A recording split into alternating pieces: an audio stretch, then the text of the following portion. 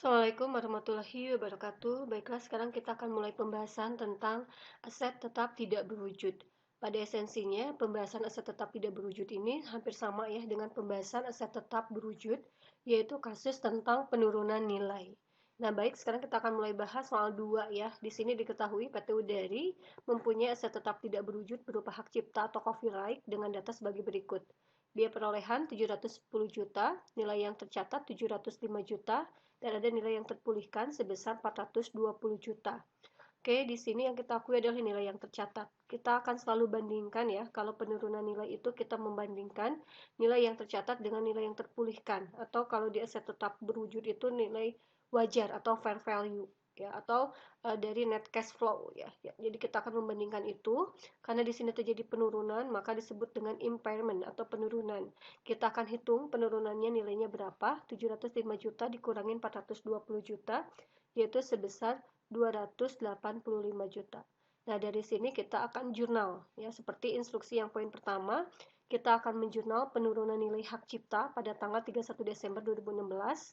Kemudian poin yang kedua, kita akan menjurnal bagaimana beban amortisasi atau istilah penyusutan untuk hak cipta atau aset tetap tidak berwujud namanya amortization untuk tahun 2017, dan bagaimana kita akan menjurnal kembali ketika diakui kembali nilai yang terpulihkan pada tahun 2018 sebesar 450 juta.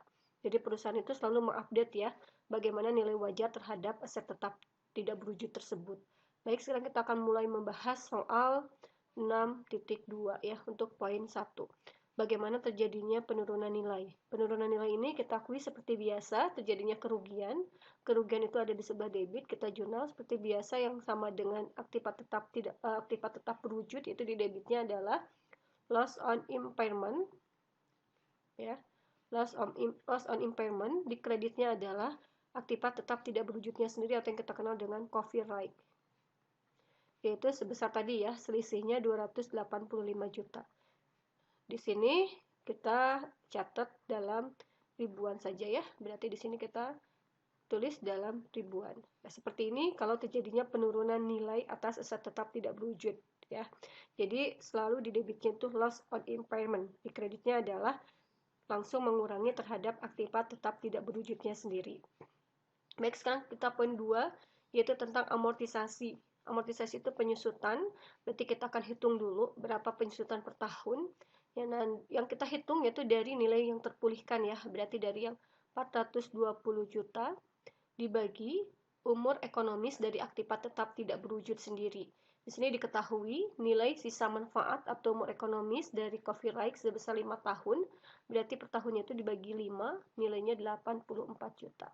Maka jurnal penyusutan untuk aktiva tetap tidak berwujud di debitnya adalah seperti biasa beban amortisasi ya, atau copyright amortization expense.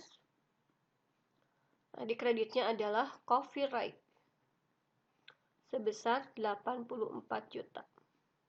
Nah, seperti ini kalau terjadinya penyusutan.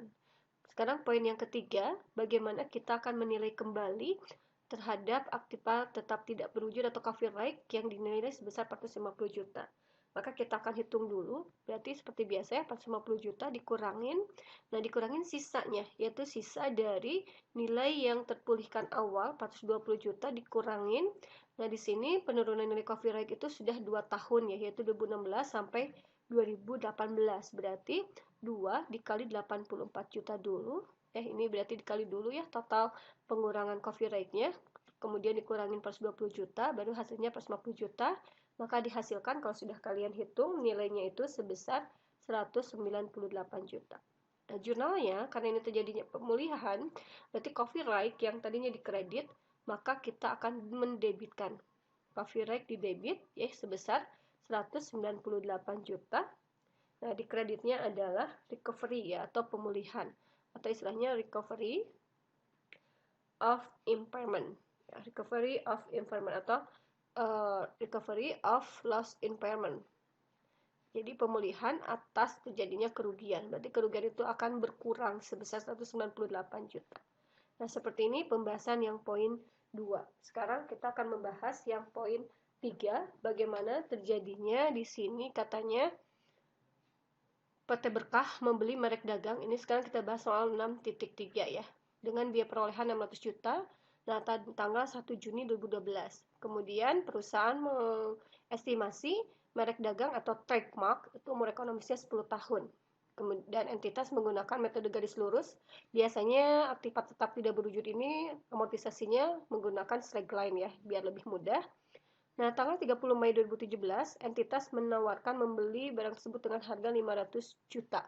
Nah, maka akan dijual. Artinya, di sini ada terjadinya penjualan. Bagaimana jurnal penjualan?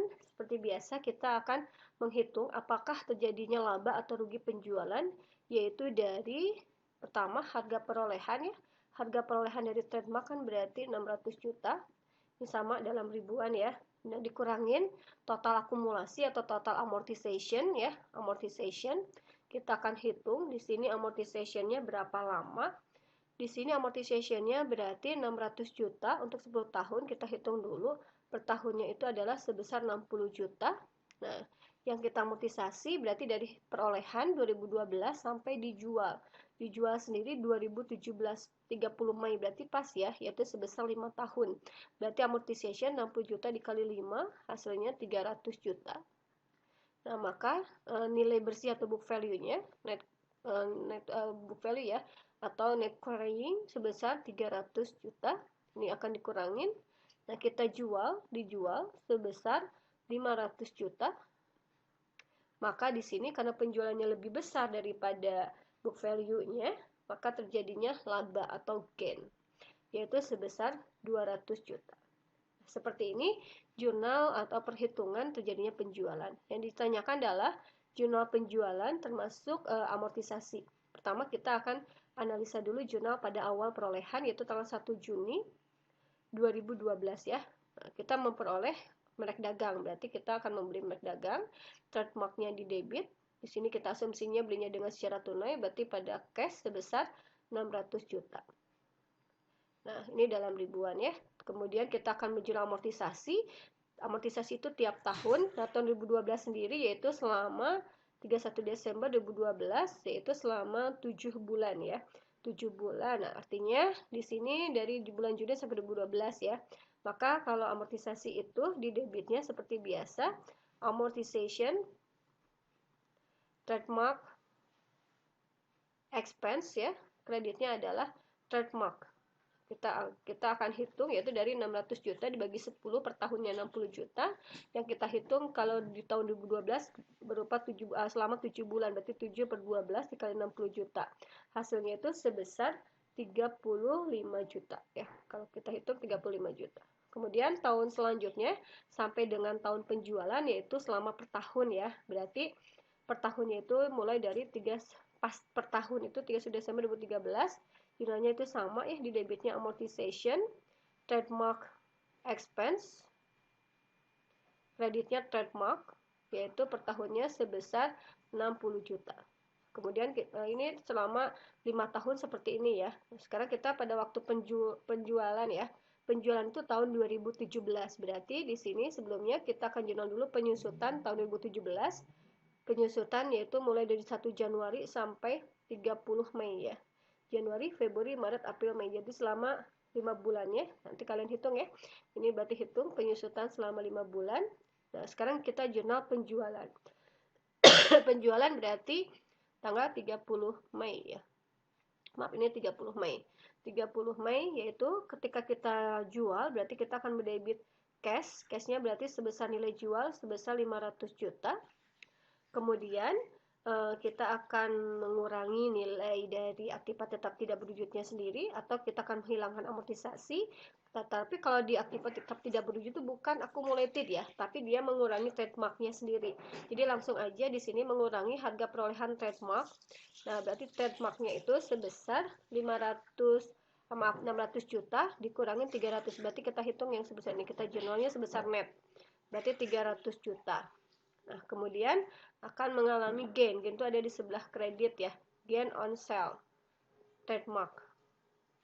Yaitu sebesar selisihnya 200 juta. Nah, ini jurnal penjualan. Jadi hampir sama dengan aktifat tetap berwujud. Demikian pembahasan tentang penurunan nilai kembali aset tetap tidak berwujud. Apabila ada yang kurang dipahami, silakan untuk ditanyakan. Wassalamualaikum warahmatullahi wabarakatuh.